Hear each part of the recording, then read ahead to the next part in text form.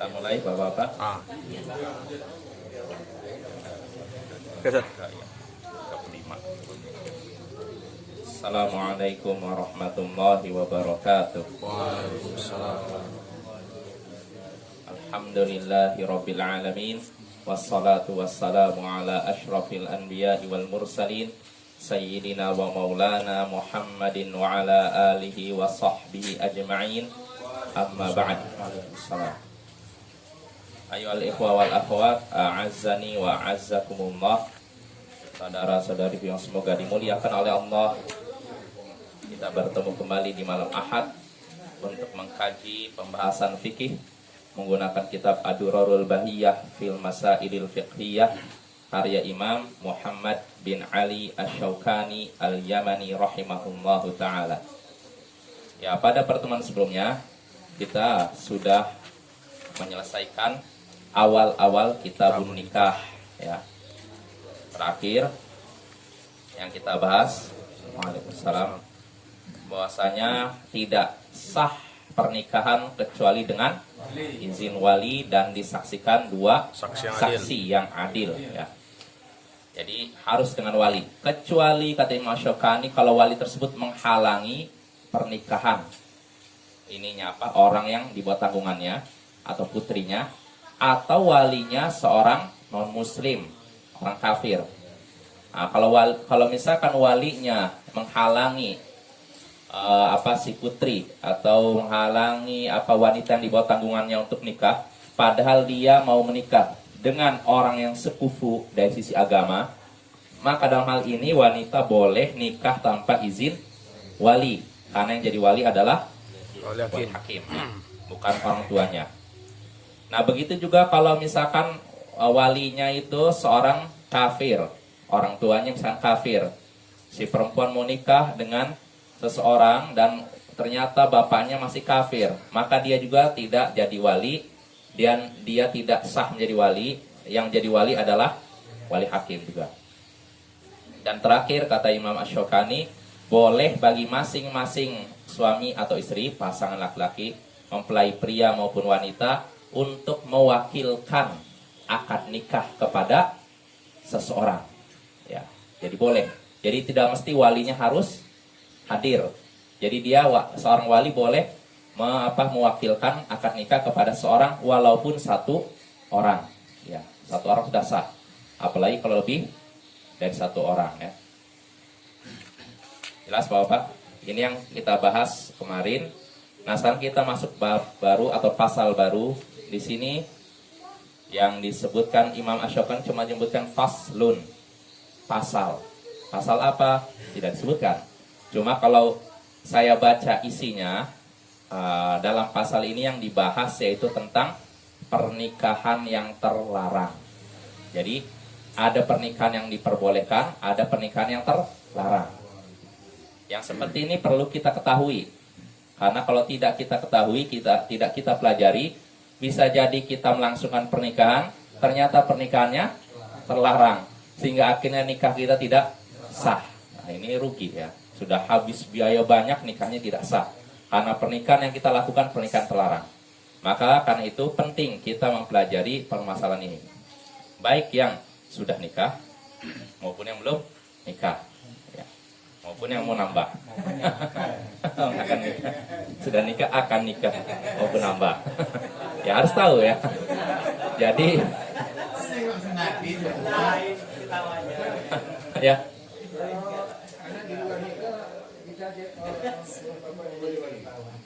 Anak di luar nikah, maksudnya hasil zina. Yang jadi wali hakim. Walinya bukan ayah biologisnya, ayah yang dari hasil itu. Bagaimana contohnya macam itu? Mualaf. Kalau dia tanggung menjadi wali tidak. Asalnya kan dia kafir loh. Di luar aku lah tuh. Maksudnya gimana? Kalau mu'alaf ada seorang wanita masuk Islam gitu. Ya. Jadi walinya siapa gitu? Kalau gini wali hakim. Wali hakim. Apanya? Walinya masih Islam juga. Oh iya, berarti walinya lah. Tapi kasusnya itu di luar nikah, maksudnya si Misalnya Islam sama Islam di luar nikah anaknya. Apanya bisa jadi wali? Oh nggak bisa, nggak bisa. Bapak si perempuan ya kan, bapak biologis istilahnya, bukan bapak sahnya sebenarnya. Maka dalam hal ini enggak, harus wali hakim, karena itu tidak dianggap. Ya. Jelas bapak ya? Ya. Baik itu ini muslim maupun dhimmi, apa kafir dhimmi. Ya jelas bapak. Ya kita lanjut ya. Jadi itu pasal-pasal yang akan kita bahas, pasal-pasal tentang pernikahan terlarang. Ya kita bahas sekarang. Kata Imam Asy-Syaukani rahimahullah ta'ala, wa nikah faslun, pasal. Wa nikahul mut'ati mansukhun. Wa tahlilu haramun. Wa kadzalika syigharu. Sampai sini aja. Nikah mut'ah itu sudah mansuh, dihapus hukumnya. Tahlil, nikah tahlil itu haram. Demikian pula syighar. Nah, jadi di sini disebutkan 3 pernikahan terlarang. Pertama mut'ah, tahlil sama syighar. Nah, yang pertama adalah mut'ah. Mut'ah ini kata Imam Asy-Syaukani mansuh. Mansuh itu dihapus hukumnya. Artinya dulunya diperbolehkan, lalu setelah itu diharamkan. Jadi tidak boleh lagi dipraktekkan. Apa dalilnya bahwasanya dulu pernah diperbolehkan? Banyak dalilnya. Di antaranya di sini hadis dalam Sahih Bukhari Muslim dari Ibnu Mas'ud. Ia berkata, "Kunna nagzu ma'an Nabi sallallahu alaihi wasallam, laisa ma'ana nisa, fa qulna ala nakhtasi." Kami pernah berperang bersama Nabi sallallahu alaihi wasallam, sedangkan tidak ada bersama kami istri-istri kami. Yang namanya perang ya mungkin nggak mungkin ya bawa istri ya. Ya, jadi perang bersama Nabi dan kami tidak ada istri kami gitu loh. Fakulna, maka kami pun berkata, wahai Rasulullah, apakah kami mengebiri diri kami? Mengebiri itu artinya itunya dipotong. Jelas Bapak ya? Tujuannya supaya apa? Ya. Hilang syahwatnya itu. Jadi karena kami perang nih, kami jauh dari istri. Gimana nih? Apakah kami ini aja apakah kami kebiri saja diri kami? Kata Ibnu Mas'ud, fanahana Rasulullah sallallahu alaihi wasallam an dzalik. Maka Rasulullah pun melarang kami melakukan itu. Melakukan apa? Kebiri. Yang nggak diperbolehkan. Walaupun ketika itu dalam posisi jauh dari istri. Tsumma kemudian rakhhasalana ba'du anankil hal mar'ata bi thawbil ajal. Kemudian Rasulullah memberikan keringanan kepada kami setelahnya untuk menikahi wanita dengan mahar berupa pakaian sampai batas tertentu. Jadi setelah Ibnu Mas'ud izin kepada Rasulullah, bagaimana kalau kami kebiri saja diri kami, kata Rasulullah, jangan. Namun setelah itu Rasulullah mengizinkan mereka, memberikan keringanan kepada mereka untuk apa? Menikah sampai waktu tertentu. Nikah apa namanya ini? Nikah mut'ah. Jadi dulu diperbolehkan sampai waktu tertentu diperbolehkan.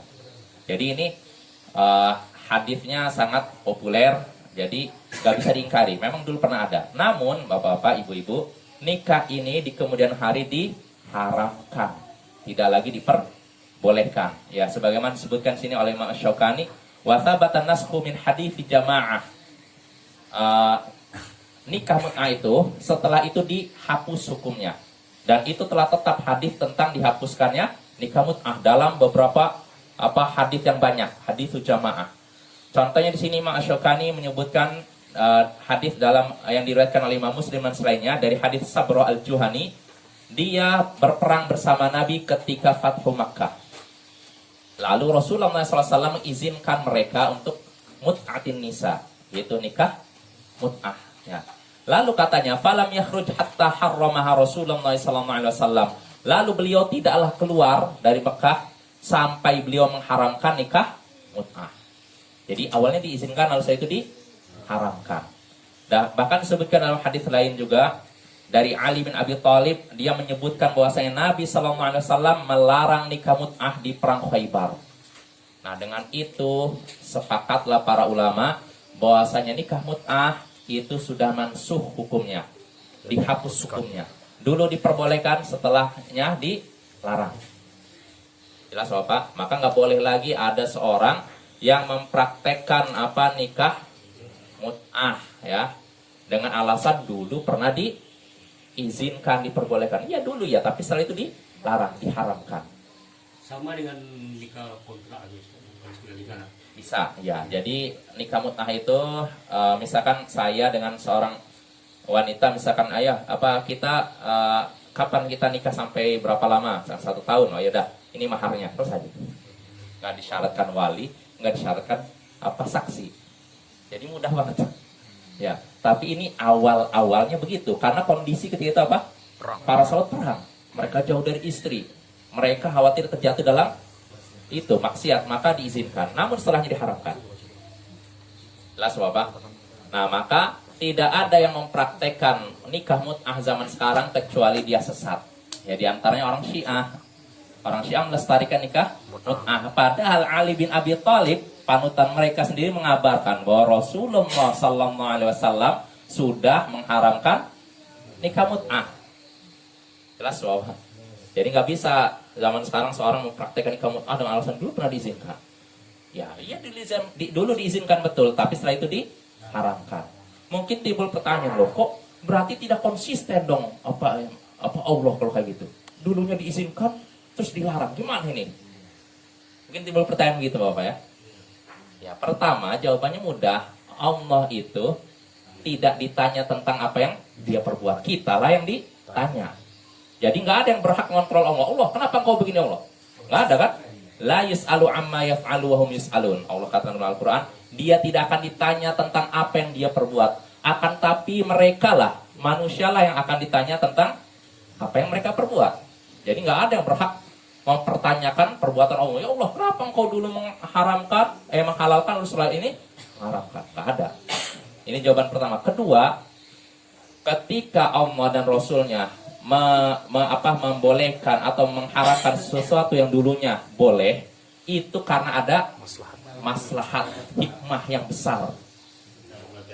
Iya, karena ketika itu kondisinya memang perang. Iya, ketika itu aja. Dan setelahnya, ketika kondisi para sahabat sudah tentram, nah ini sudah dilarang lagi. Jadi kondisinya seperti itu. Iya. Dan makanya Bapak gini, dulu contohnya nih yang namanya mansukh, nasakh itu artinya menghapuskan hukum yang sebelumnya ada. Dulunya ada, setelah itu dihapuskan. Ini ada dalam syariat, disepakati oleh para ulama, disepakati oleh ulama Islam, kecuali Syiah ekstrim. Mereka menolak adanya nasakh. Ya, kalau Ahlus Sunnah sepakat adanya nasakh. Ya, contohnya begini. Dulu di zaman Nabi Adam, saudari anak laki-laki perempuan boleh nikah, iya nggak? Kalau zaman sekarang boleh? Nggak boleh kan, saudara kandung masa nikah. Dulu diperbolehkan, sekarang tidak diperbolehkan. Apakah kita katakan Allah tidak konsisten? Gitu. Kenapa? Keadaan. Mungkin berani kita menyatakan Allah tidak konsisten. Keadaan. Hah? Keadaan. Ya memang keadaannya kan, keadaannya ketika itu orang sedikit. Kalau misalkan disyaratkan hanya boleh nikah dengan orang yang bukan saudara sekandung, mau nyari siapa coba? Nggak ada keturunan nanti kan. Makanya ketika masa itu diizinkan, ini adik kakak nikah supaya ada keturunan. Tapi setelahnya tidak diperbolehkan. Kembar dua, anak pertama kembar dua, laki-laki perempuan, anak lahir lagi kembar dua, laki-laki perempuan, disilang itu kan? Nggak ada karena gitu. Ya pokoknya dulu karena awal-awal karena nggak ada manusia, ya makanya gitu. Saudara laki-laki perempuan boleh nikah awal-awal, tapi setelahnya tidak boleh. Terusnya juga dulu seorang laki-laki boleh menikahi 2 orang wanita bersaudara. Ya, sekarang mana boleh? Sekarang tidak diperbolehkan. Dulu lebih dari 4. Ya, ada hikmahnya tidak? Ada hikmahnya, dan masih banyak masalah yang sebenarnya dulu diperbolehkan, sekarang tidak diperbolehkan karena hikmahnya. Contohnya gini, dulu di dalam syariat terdahulu, kalau kita berbuat dosa, Langsung cara tobatnya bunuh diri Bapak. Lihat tuh. Kalau sekarang bertobat. boleh? Nggak boleh.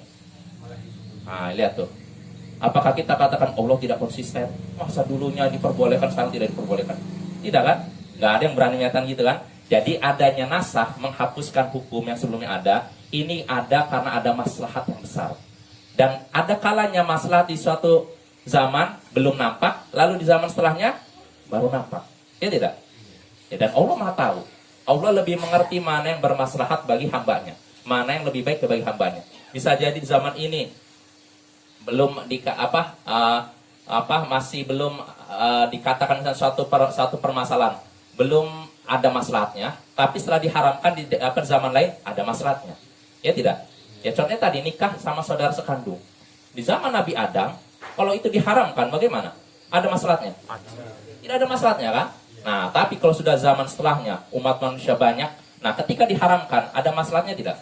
Nah, berarti kadang suatu maslahat, kebaikan di suatu zaman belum ada, di zaman setelahnya baru ada. Dan Allah Maha tahu, Maha mengerti kapan di suatu tempat saatnya diharamkan karena ada maslahat, dan di suatu tempat tidak diharamkan karena ada maslahat.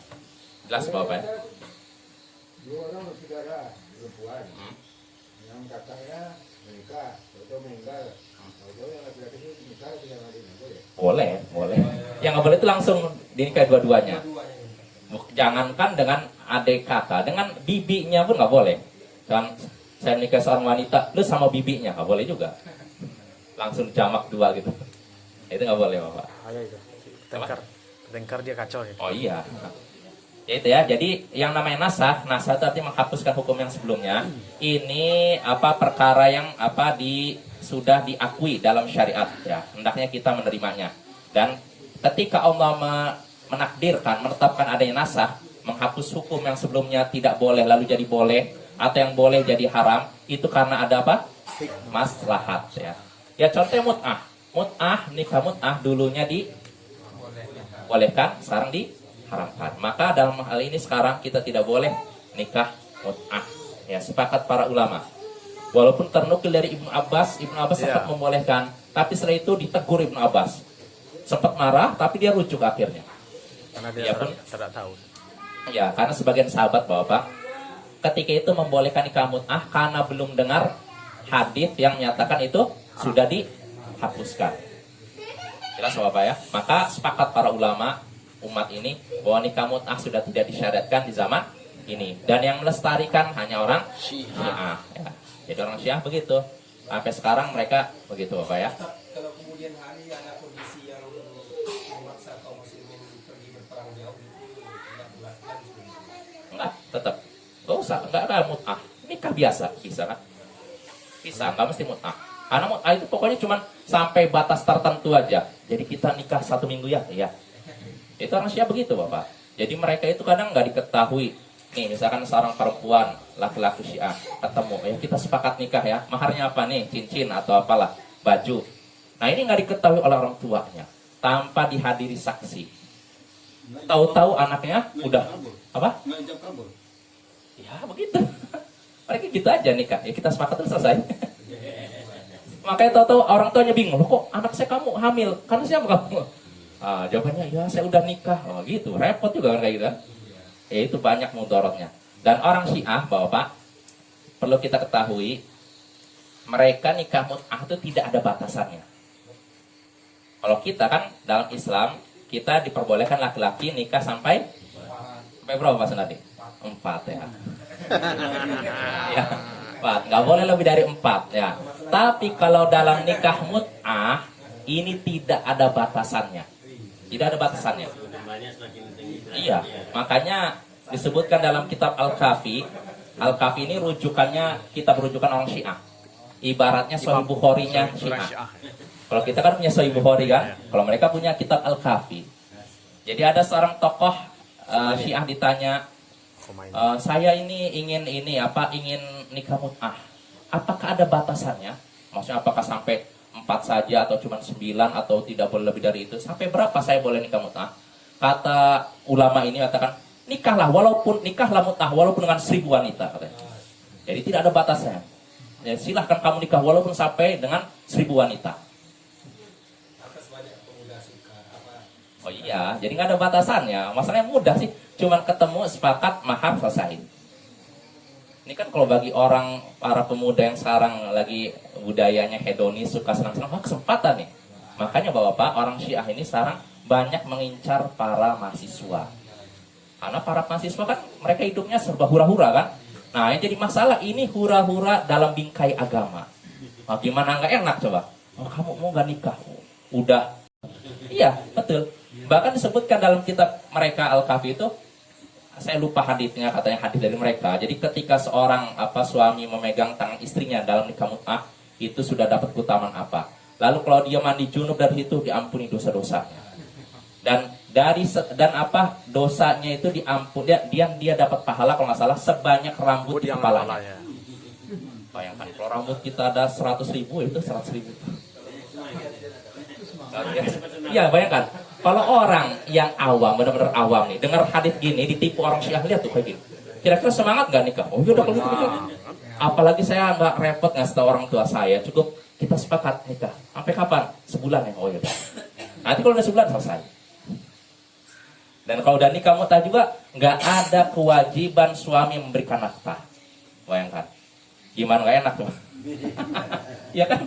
Kalau orang yang sukanya nggak mau dibebani ini dan itu, oh ini kesempatan nih. Istilahnya saya udah senang-senang dapat pahala pun katanya. Makanya bapak-bapak hati-hati ya. Orang Syiah ini lagi mengincar para pemuda ya, terutama yang di kampus-kampus untuk menjadi istilahnya bangsa mereka. Jadi kader. Iya, maka kita harus waspada ya. Di sini saya dapat kabar dari seorang ustadz yang di Sumatera sini. Dulu awal tahun 90 2000 nggak ada seorang Syiah yang berani menyatakan dirinya Syiah. Tapi di tahun 2017, tadi 4 tahun lalu, beliau dapat di daerah entah Jambi apa Bengkulu, ada mahasiswa berani terang-terang menyatakan saya Syiah. Ya sudah mulai berani mereka menyatakan saya Syiah. Kalau zaman dulu aib sekali. Orang ngaku Syiah udah langsung bisa jadi dikucilkan atau diapakan kan.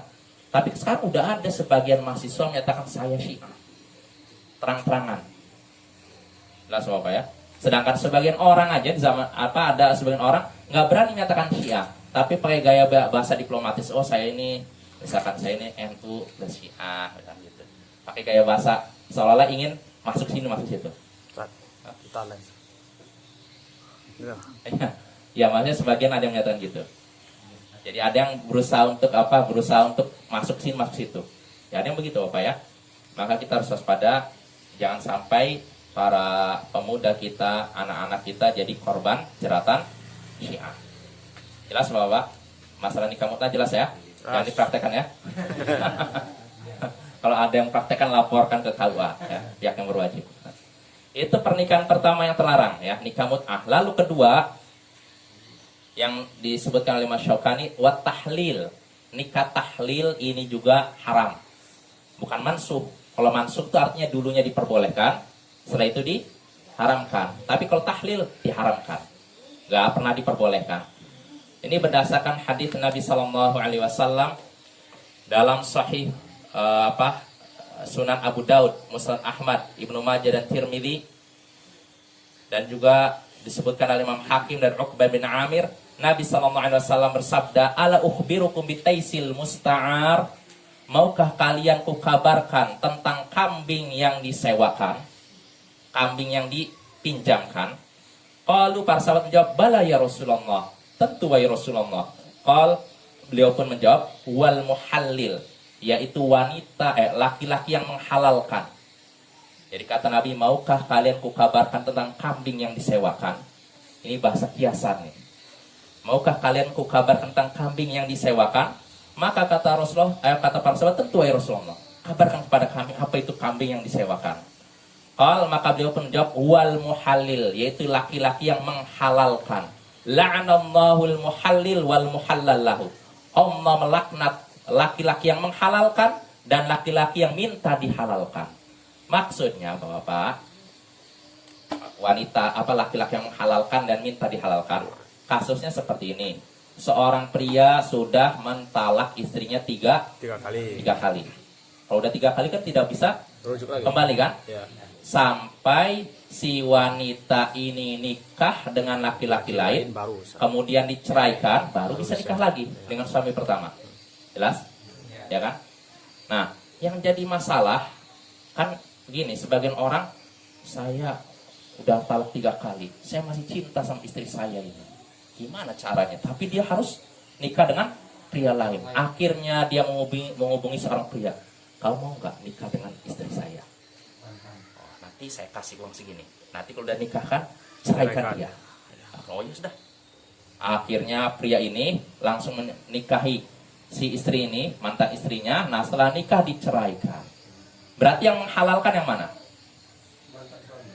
Hah? Bukan, laki-laki yang menikahi. Nah ini yang disewa ini. Dan yang minta dihalalkan suami pertama. Maka kata Nabi, orang yang menghalalkan dan minta dihalalkan, Allah laknat, Allah kutuk. Nah, dua-duanya kutuk. Bahkan Nabi tadi menyatakan, maukah kalian kabarkan tentang kambing yang disewakan? Ya maksudnya itu, laki-laki yang menghalalkan tadi, laki-laki yang mau menikahi istri dari suami tadi itu. Nah itu kedua-duanya dilaknat, kedua-duanya dikutuk oleh Allah Subhanahu Wa Taala. Nah itu sepakat para ulama, nggak ada yang menghalalkan, itu haram nikah seperti itu. Jelas Bapak ya? Karena apa? Ada unsur kong kali kong gitu antara laki-laki pertama dan kedua, ya tidak? Ya kecuali kalau tanpa ada kerjasama lain lagi. Ya seperti normal biasa, setelah diceraikan, ternyata misalkan gini, yang tanpa dihalalkan misalkan gini. Misalkan ada seorang pria cerai dengan istrinya, udah talak 3.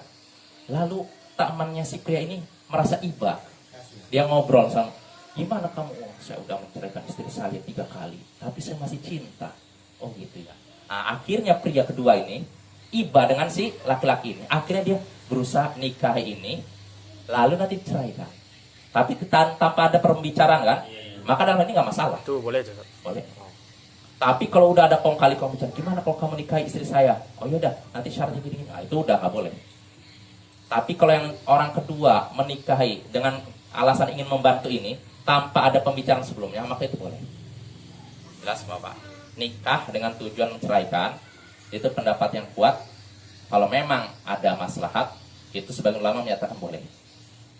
Jelas Bapak ya? Ya. Itu tahlil. Jadi nikah tahlil diharamkan. Lalu berikutnya kata Imam Syaukani, wa kadzalika syighar. Begitu juga nikah syighar, itu pun haram, diharamkan. Apa itu syighar? Di sini disebutkan dulu hadisnya. Kata Imam Syaukani, hadisnya dari Ibnu Umar dalam Sahih Bukhari dan Muslim dan lainnya, bahwasanya Rasulullah sallallahu alaihi wasallam naha 'anil syighar. Dan Abu Hurairah juga dalam Sahih Muslim menyatakan naha Rasulullah sallallahu alaihi wasallam 'anil syighar. Rasulullah melarang syighar. Syighar itu apa? An yaqula rajulu zawwijni ibnatak ala an uzawwijaki ibnati. Au zawwijni ukhtak ala an uzawwijaki ukhti. Ala an uzawwijaka ukhti apa? Ya, maksud nikah syighar yang terlarang itu, seseorang berkata kepada orang lain, nikahkan aku dengan putrimu, niscaya apa? Aku pun akan menikahkan kamu dengan putriku. Nikahkan aku dengan putrimu, niscaya aku pun akan menikahkanmu dengan putriku. Atau nikahkan aku dengan saudarimu, niscaya kamu pun aku nikahkan dengan saudariku. Yang seperti ini diharamkan. Ya, apa namanya? Ya kan lebih itu. Ini menurut mayoritas ulama ini haram. Ya, dan tidak sah. Seperti nikah mut'ah. Walaupun Imam Abu Hanifah menyatakan boleh. Boleh ya. Maka pendapat Imam Abu Hanifah bertentangan dalil, harus dibantah. Karena ini sudah jelas-jelas dilarang oleh Hadis. Sama seperti permasalahan apa? Nikah tanpa wali. Imam Abu Hanifah menyatakan boleh. Padahal hadis Nabi menyatakan tidak ada nikah tanpa wali. Maka dalam hal ini pendapat Imam Abu Hanifah harus kita tolak dan tidak kita akui. Tidak ada toleransi karena jelas-jelas bertentangan dengan dalil hadis. Jelas Bapak ya? Maka nikah syighar yang seperti ini diharamkan dan tidak sah. Kalau sudah terlanjur harus dipisahkan.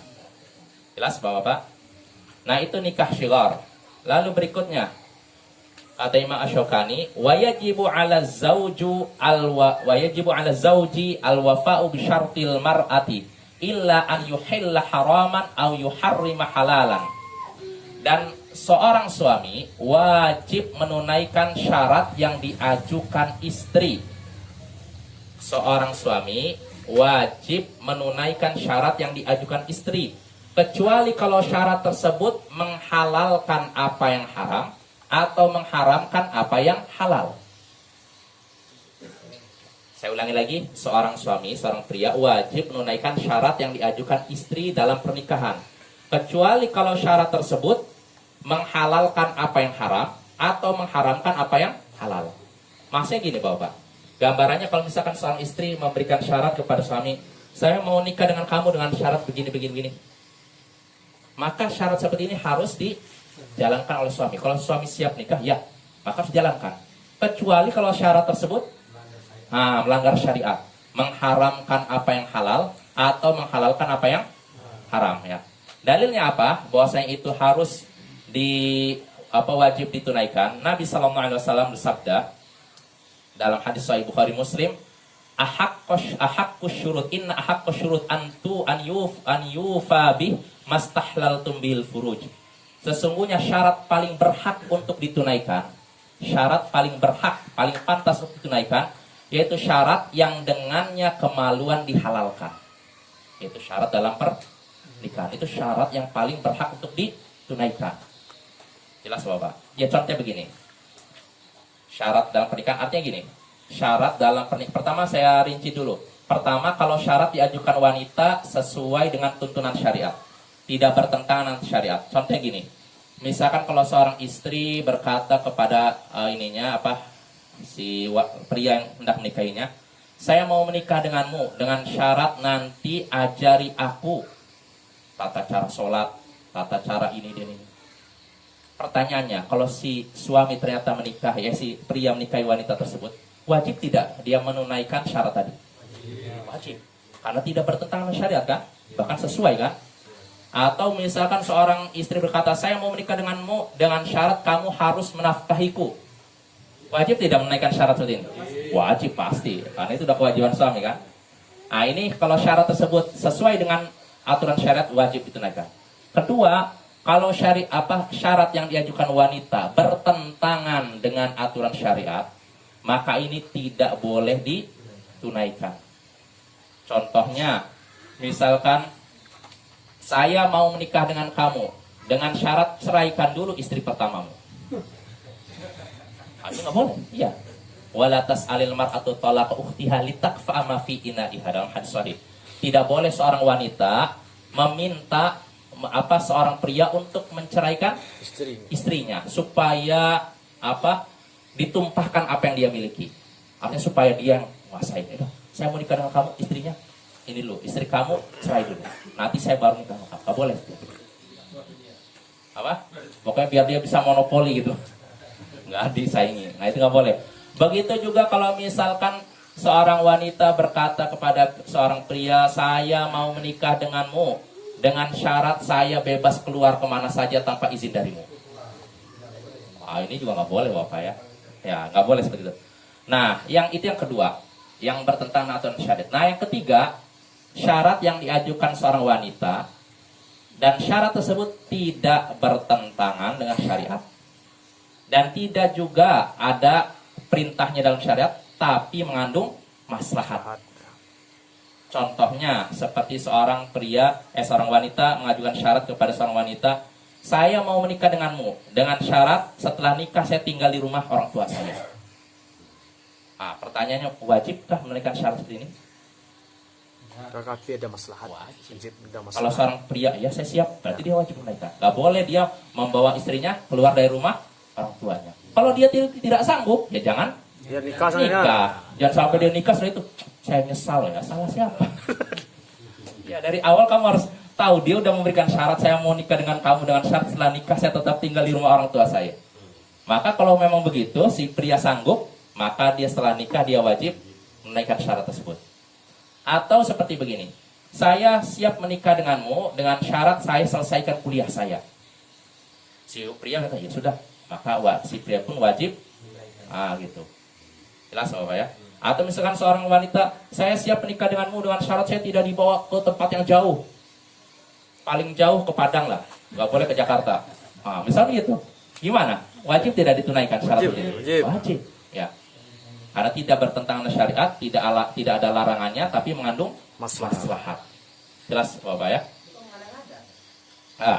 Yang diharamkan itu kalau bertentangan dengan syariat. Itu kan Nah, hal-hal ini- yang mubah. Iya, ini seperti ini Bapak. Ada kisah unik mungkin Bapak pernah lihat. Kita habis Pak, ya? Hampir habis lah. Habis ya? Iya. Ya sudahlah, kita berikutnya. Kisah unik seorang ikhwan nikah dengan seorang akhwat. Lalu si akhwat, bapaknya si akhwat dengan syarat, ya saya izinkan kamu nikah dengan putri saya. Dengan syarat kalau sudah 10 tahun kamu tidak kaya, kamu harus pisah dengan putri saya. Wah, gimana tuh Bapak? Tunaikan tidak syaratnya? Tunaikan lah. Nah, insya Allah ini pada pertemuan berikutnya ya kisahnya ya. Unik gitu. Ya subhanallah. Ya